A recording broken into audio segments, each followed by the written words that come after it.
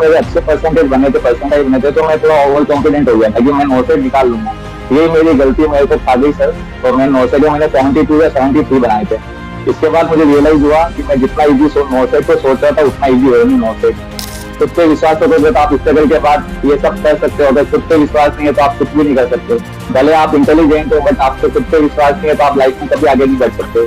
हमेशा दूसरों से सीखो, गलतियों से सीखो। दूसरों से सीखोगे तो आगे बढ़ोगे, गलतियों से सीखोगे तो सबसे आगे जाओगे।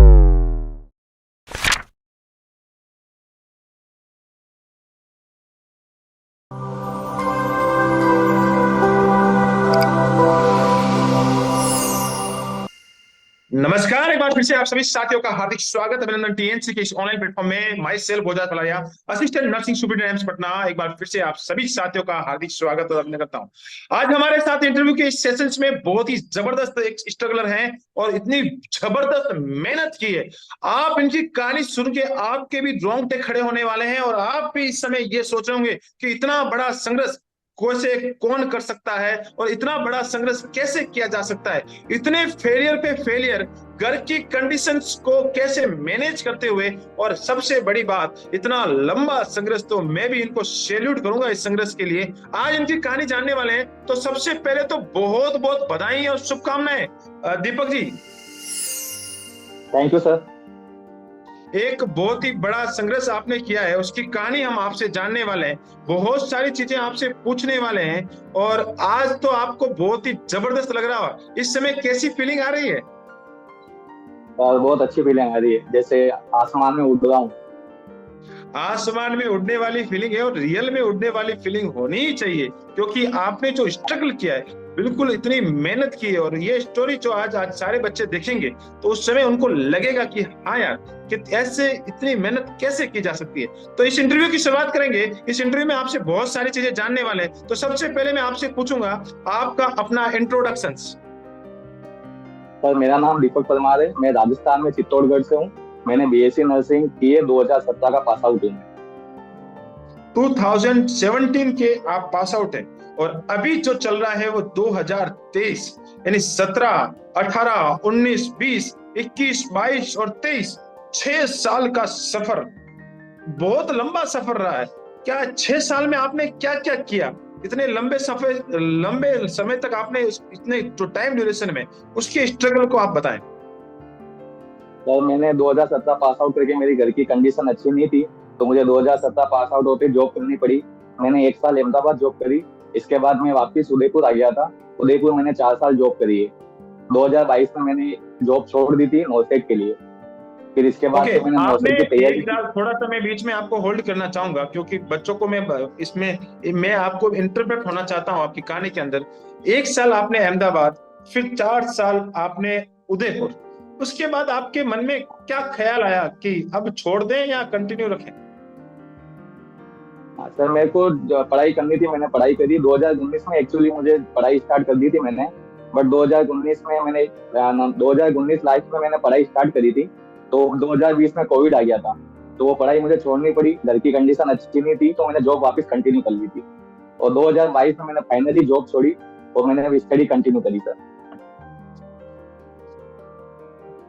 स्टडी कंटिन्यू की, स्टडी आपकी लगातार चलने लगी। एक बहुत ही बड़ा लंबा गैप हो गया। कभी आपको ऐसा फीलिंग नहीं आया कि यार इतना लंबा समय हो गया है, क्या मैं वापस से शुरुआत कर पाऊंगा?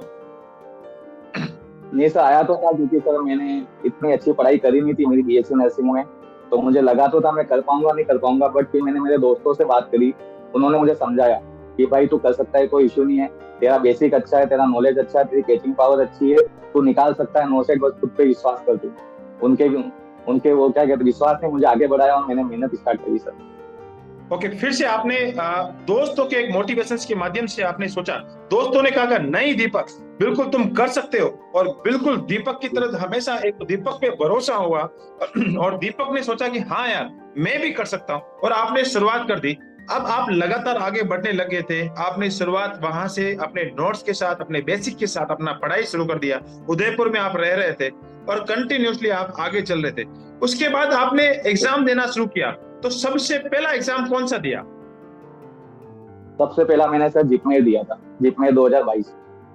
ओके, जिपमेर आपने एग्जाम दिया, सफलता मिली या नहीं? नहीं सर, उसमें मैं माइनर से रह गया था, रैंक में रह गया था सर। उसके बाद बताएं सिलसिला कंटिन्यू क्या रहा? उसके बाद जितने के बाद सर मेरा 9 से 2022 दिया था, उसमें ये था कि जितने में मेरे अच्छे परसेंटेज बने थे, तो मैं थोड़ा ओवर कॉन्फिडेंट हो गया था कि मैं 9 से निकाल लूंगा। यही मेरी गलती मेरे को खा गई सर। और मैं 9 से में मैंने 72 या 73 बनाए थे। इसके बाद मुझे रियलाइज हुआ कि मैं जितना इजी 9 सेट को सोच रहा था, उतना इजी है नहीं 9 सेट। फिर इसके बाद मैंने मेरे स्टडी पे काम किया अच्छे से। स्टडी पूरी बेसिक कंसेप्ट सब क्लियर किया मैंने सर, हर एक चीज पढ़ी मैंने। इसके बाद मैंने कंटिन्यू एग्जाम भी दिए, एचजीपीजीआई दिया, आरएमएल दिया, एक जिपमेर और आया था बीच में, वो दिया था। रायपुर एसएमओ भी दिया है मैंने सर। अभी फाइनल मैंने 9 सेट दिया। ओके, इतने एग्जाम कंटिन्यूसली, जिपमेर से शुरुआत, उसके बाद जिपमेर के 2 एग्जाम, नोट सेट 2022 का जो आपने पेपर दिया हल्के में लिया, नोट सेट को हल्के में ले लिया कि भैया देख लेंगे तुम्हें भी क्या चीज है, हम तो मेहनत कर रहे हैं, लेकिन उसमें भी नहीं। उसके बाद आरएमएल में भी नहीं, उसके बाद एसजीपीजीए में भी नहीं, फिर पीजीआईए में चंडीगढ़ वाला उसमें भी नहीं, और रायपुर एसएनओ वाला उसमें भी नहीं, नोट सेट 4.0 उसमें भी नहीं। इतने सारे एग्जामों में पॉइंटों से रह जाना, कभी हार जाना, कभी रह जाना, और तो मन में डर सा नहीं हुआ कि यार क्या करें क्या नहीं करें, इस पढ़ाई को छोड़ देते हैं, अब तो बहुत हो गया, फिर से वापस प्राइवेट में चलते हैं? नहीं सर, मुझे डर कभी नहीं लगा, क्योंकि मुझे मेरा बेसिक पता था। मुझे पता है मैं निकाल सकता हूँ, मुझे खुद पे भरोसा था, और मैं खुद सेल्फ मोटिवेट होता हूँ सर। मैं दूसरों से सीखता हूँ, अपनी गलती भी सीखता हूँ सर। जैसे मैंने टीएनसी की टेस्ट सीरीज ले रखी थी, उसमें मैं मेरी गलतियों पे काम करता था। जो मुझे आता है पता है, मुझे आता है, बट मैं मेरी गलतियों पे काम करता हूँ सर। यही सीखा कि अपनी गलतियों पे काम करोगे तो आप 9 में टॉपर बनोगे। बहुत ही अच्छी बात है। मैं आपसे ये जानना चाह रहा हूँ कि इतने जो लगातार संघर्ष चल रहा था, तो टीएनसी आपके संपर्क में कब आई, और टीएनसी के बारे में आपने कहाँ से जाना कि भैया आप टीएनसी के पास चलना चाहिए, सारी जगह से अपने जो मेहनत की है वो बेकार सी जा रही है, तो टीएनसी के साथ आपका जुड़ाव कब से हुआ? तो मेरा टीएनसी के साथ जुड़ाव मार्च में हुआ था सर। मार्च में मैं एग्जाम देके आया था, तो मेरे को फ्रेंड्स ने बोला कि तू टेस्ट सीरीज देता नहीं देता। मैं कहा मैं टेस्ट सीरीज नहीं देता हूँ, मैं तो बस स्टडी करता हूँ और अपने क्वेश्चन निकालता हूँ। तो उन्होंने बोला कि टीएनसी की टेस्ट सीरीज है, बेस्ट टेस्ट सीरीज देके दे। तो सर सैटरडे का पेपर होता है ना, फ्री वाला, वो पेपर दिया था मैंने। उसमें मेरी रैंक अच्छी आई थी, और उसमें स्टूडेंट बैठे थे शायद, आई थिंक 15,000 से 18,000 स्टूडेंट बैठे थे। तो मेरे को वहीं से लग गया कि मुझे टीएनसी ही लेनी है, क्योंकि ये टीएनसी मुझे इंप्रूव करेगी, और मेरा 9 में सिलेक्शन टीएनसी ही देगी मुझे फाइनल। और टीएनसी नहीं दिया मुझे। टीएनसी का फिर आपने फ्री सैटरडे एग्जाम दिया, उसके बाद कौन सा प्लान आपने टीएनसी के साथ आपने ज्वाइन कर लिया? सर मैंने पहले तो एमसीक्यू लिया था 6 महीने का। उसके बाद मैंने सर वीडियो बेच ले लिया था, MCQ plus video combo pack लिया था मैंने सर, क्योंकि मुझे लगा था कि एमसीक्यू के साथ वीडियो। हाँ बताएं। सर पहले मैंने एमसीक्यू बेच लिया था 6 महीने का। मुझे लगा कि नहीं, मुझे वीडियो एमसीक्यू बेच भी लेना चाहिए, तो फिर सर मैंने कॉम्बो कर लिया था उसको, कॉम्बो पैक लिया। उस कॉम्बो पैक ने मुझे बहुत ज्यादा प्रॉफिट दिया है। Good good good good good. शुरुआत फ्री सैटरडे से, फिर टेस्ट सीरीज परचेस किया, फिर लगा यार नहीं इससे तो बात बनती नहीं है, सर हमेशा बोलते हैं कि वीडियो एमसीक्यू के साथ पढ़ना चाहिए, तो वीडियो एमसीक्यू भी आपने लिया, और तीनों चीजें कंटिन्यूसली आपने लगातार, अब तो फतह करने की बारी है, और कंटिन्यूसली चलते रहे। टीएनसी के साथ चल रहे थे, और हमेशा गलतियां तो होती है इंसान से, और आप भी गलतियां कर रहे थे, तो मुझे बताएं कि गलतियां शुरुआत से हुई, पहली गलती, पहला एग्जाम, कौन सी रैंक आई आपकी? मेरी सर टीएनसी में जो पहली रैंक आई थी मैंने, उसमें मेरी आई थी 2,500 या 3,000 रैंक आई थी। वो मेरा शुरुआत था, क्योंकि मुझे आता था। फिल्म जो मिस्टेक होती है ना सर, कि आते हुए गलत हो जाते हैं, वो टीएनसी में मेरे साथ वही हुआ। फिर सर मैं धीरे धीरे आगे बढ़ता गया, टीएनसी को मैंने कंटिन्यू रखा। जैसे टीएनसी के 2 टेस्ट डेली के होते हैं, वो दोनों मैंने फिक्स शेड्यूल कर रखे थे कि ये इतने बजे देना है, ये इतने बजे देना है, मुझे देना ही है। स्किप तो कभी नहीं करा सर मैंने, वो कंटिन्यू देता गया। लास्ट के टाइम में मेरी रैंक सर टॉप 10 में आने लग गई थी, मैं सेकंड थर्ड फर्स्ट रैंक भी लाता था, ऐसे चलता था। टीएनसी के अंदर जो हमेशा क्वेश्चंस आते थे, तो टीएनसी खुद से प्रिपेयर करती थी, हर टॉपिक के डीप में जाती थी, और एग्जामिनर के माइंड से निकाल के लेके आती थी कि ये क्वेश्चंस बच्चों से पूछा जाए। कभी ऐसा नहीं लगा कि यार ये टीएनसी वाले क्वेश्चंस कहां से बना के लेके आते? लगा सर, मेरे को लगा टीएनसी वाले बेस्ट क्वेश्चन लेके आते हैं। ऐसे क्वेश्चन लेके आते हैं जो आपने कभी कहीं सुने ही नहीं है, ना देखे हैं। बेसिक से क्वेश्चन आते हैं, 1 लाइनर क्वेश्चन तो ऐसे आते थे जिसमें पता ही नहीं चलता था कि ये क्वेश्चन कहाँ से आया है। फिर वापिस वो क्वेश्चन करने के बाद थ्योरी वापिस पढ़नी पड़ती थी, फिर पता चलता है कि सर ने क्वेश्चन यहाँ से आया है। मतलब इतने इतने अच्छे क्वेश्चन लेके आती है टीएनसी की, आपका बेसिक पूरा प्रिपेयर कर देती है। आपको बेसिक से उठा के टॉप पे पहुंचा देती है। बहुत बहुत धन्यवाद, बहुत ही शानदार बात बताई है। मैं वीडियो रेशनल्स के बारे में बात करना चाहूंगा। वीडियो रेशनल के बारे में आपकी क्या राय है? वीडियो रेशनल सर मुझे बहुत शानदार लगते थे, क्योंकि प्रॉपर तरीके से जैसे अपन एक तो नॉर्मल रेशनल पढ़ते हैं सर, उसमें ज्यादा अपने को पता नहीं चलता, बस रेशनल पढ़ के छोड़ देते हैं अपन कि हाँ ठीक है पढ़ लिया बात खत्म। वीडियो एमसी रेशनल में ये पता चलता था कि सर उसको पूरा कंटेंट कंसेप्ट क्लियर कर देते हैं, मेरा कंसेप्ट क्लियर हो जाता आपका। सर बताते कि इसका आंसर ये थ्योरी है, इससे आंसर ये होगा, तो वो चीजें जल्दी क्लिक हो जाती थी कि हाँ इसका आंसर ये है, समय ये कंसेप्ट समझाए, तो कंसेप्ट मेरे अच्छे क्लियर होते थे उससे। बहुत ही जबरदस्त बात बताइए। अब मैं आपसे बहुत सारी चीजें आपके एक्सपीरियंस के बारे में पूछना चाहता हूँ। हमेशा ये इतने बड़े संघर्ष के अंदर डीमोटिवेशन तो बनता ही है, और डीमोटिवेशन तो यार हर एक इंसान में आता है। हाँ, कभी कभी हर एक, मैं तो बोलूंगा इस दुनिया के अंदर जिस प्राणी के अंदर डीमोटिवेशन नहीं आता तो वो तो इस दुनिया का प्राणी है ही नहीं, वो किसी और ग्रह से आया है। तो आपके साथ भी ऐसा होता था? तो क्या था आपके पास ऐसी ताकत जो आपको सेल्फ मोटिवेट करती थी? सर मेरे मम्मी पापा, मेरी सिस्टर, 2 सिस्टर है मेरी, मेरे से जो छोटी वाली सिस्टर है मेरे लिए मोटिवेशन का काम वो करती थी। वो हमेशा बोलती थी भैया तू कर सकता है, पे विश्वास रख, मुझे पता है तू अच्छा है, तेरी पढ़ाई अच्छी है, तू निकालेगा 9 से, तू टॉपर बनेगा और रैंकर ही बनेगा। उसकी बात सच हुई सर, उसने मुझे रैंकर बनाया। और मेरे मम्मी पापा और मेरी बहुत ही 2 सिस्टर, सबका उनका ही योगदान। बिल्कुल एक इमोशनल मोमेंट्स आपने क्रिएट कर दिया है, और वो मोमेंट्स ये है कि एक छोटी सिस्टर बड़े भाई को मोटिवेशन देती है। मैं तो बोलता हूँ कि भगवान सभी जितने भी भाई हैं उन सबको ऐसी सिस्टर्स दें जो अपने भाई को मोटिवेशन करती है कि भैया तुम बिल्कुल घर के चिराग हो और एक दीपक हो, तुम ही आगे जाके बहुत बड़ा करने वाले हो। और एक पीछे से बैक बूस्ट आपको पुशअप देने वाला बंदा कोई हो ना, तो बहुत जबरदस्त। और मैं उस सिस्टर्स को भी सलाम करना चाहूंगा इस समय, उनको मैं बहुत बहुत टीएनसी के प्लेटफॉर्म की तरफ से उनको थैंक यू बोलना चाहूंगा कि बहुत ऐसे सिस्टर्स, आप जैसी सिस्टर्स हर एक भाई को मिले, और आप जैसी सिस्टर्स हमेशा सब भाई को मिलती रहेगी, तो हमेशा भाई नाम रोशन करते रहेंगे। बहुत बहुत धन्यवाद, यहाँ से मैं इस प्लेटफॉर्म के माध्यम से उनको बताना चाहूंगा। अब मैं आपसे बहुत सारी चीजें बताना और पूछना चाहता हूँ, वो चीजें एग्जाम का एक्सपीरियंस। आप एग्जाम हॉल में थे। सर आपसे एक रिक्वेस्ट थी, मेरी सिस्टर का नाम ले लीजिएगा। उन्होंने बोला था कि बोधराज सर से इंटरव्यू हो तो उनको बोलना कि मेरा नाम ले ले। उसका नाम हीना है, वो छोटी वाली का रक्षा है। हीना ने मुझे बहुत मोटिवेट किया। मीना और रक्षा? हीना हीना रीना और रक्षा? हीना हीना सर, HINA। हिना, और दूसरे का नाम क्या बताया आपने? लक्सा, RAKSHA, लक्सा। रीना और रक्षा। मैं इस प्लेटफॉर्म से, टीएनसी के प्लेटफॉर्म से, मैं रीना और रक्षा को सैल्यूट करता हूं, और मैं दिल से सैल्यूट करता हूं रीना और रक्षा को। आप जैसी सिस्टर्स, मैं तो बोलता हर एक भाई को मिले, बहुत ही जरूरी है इस समय ऐसे मोटिवेटर्स का। और मैं रीना और रक्षा को मैं दिल से सैल्यूट करता हूं, बहुत ही बड़ा सैल्यूट उनको इस प्लेटफॉर्म से, टीएनसी के प्लेटफॉर्म से। बहुत बहुत धन्यवाद आपका कि आपने अपने भाई नाम रोशन करने में आपने अपना भागीदारी निभाई। Thank you so much. Sir Heena नाम है, हीना हीना, रीना नहीं, हीना, HINA, हिना हिना हिना हिना ही लेना, वो वाला एक बार जो आपने बहुत ही बड़ा प्लेट, आपको बहुत ही बड़ा एक, मैं सही बताऊं ना कि वो एक बहुत बड़ा एडवर्टाइजमेंट चला था, हिना ही लेना। तो हिना, आपने बहुत ही बड़ा करामात करके दिखाया। थैंक यू सो मच, बहुत बहुत धन्यवाद। और मैं तो यहाँ पे ये भी बोलूंगा कि इस समय अगर वो यहाँ पे साथ में, तो उनको भी मैं इस इंटरव्यू में कंक्लूड कर लूंगा, कोई दिक्कत नहीं है। अगर यहाँ बगल में अगर वो मुझे सुन पा रहे हैं तो बहुत बहुत धन्यवाद उनको। अब मैं आपसे बहुत सारी चीजें और भी पूछना चाहूंगा। एग्जाम हॉल में जब आप एग्जाम दे रहे थे तो कैसा लग रहा था? सर मैं रिलैक्स माइंड था, मैं बिल्कुल रिलैक्स माइंड था। मुझे मेरी तैयारी पता थी सर कि मैं निकाल लूंगा, और मुझे टीएनसी पे भी भरोसा था। टीएनसी के क्वेश्चन आते हैं, और टीएनसी के क्वेश्चन इस एग्जाम में मेंस में मैक्सिमम 20 to 30 तो मिनिमम क्वेश्चन आए थे टीएनसी के। जो क्वेश्चन देखते हैं मैंने सीधा आंसर किया, मैंने कुछ देखा भी नहीं है। ऐसा कभी फीलिंग आया कि यार जो ये क्वेश्चंस जो आ रहे हैं, टीएनसी के क्वेश्चंस लगातार एग्जाम हॉल में सीधा टिक मारते गए, टक टक टक टक टक टक टक टक, ऐसा भी फीलिंग आने लगा था? हाँ सर, मैंने बिल्कुल वही फीलिंग आया कि ये तो पहली लाइन पढ़ी, पता चल गया ये तो टीएनसी का क्वेश्चन है। सीधा आंसर देख कर आंसर मिला, टिक किया।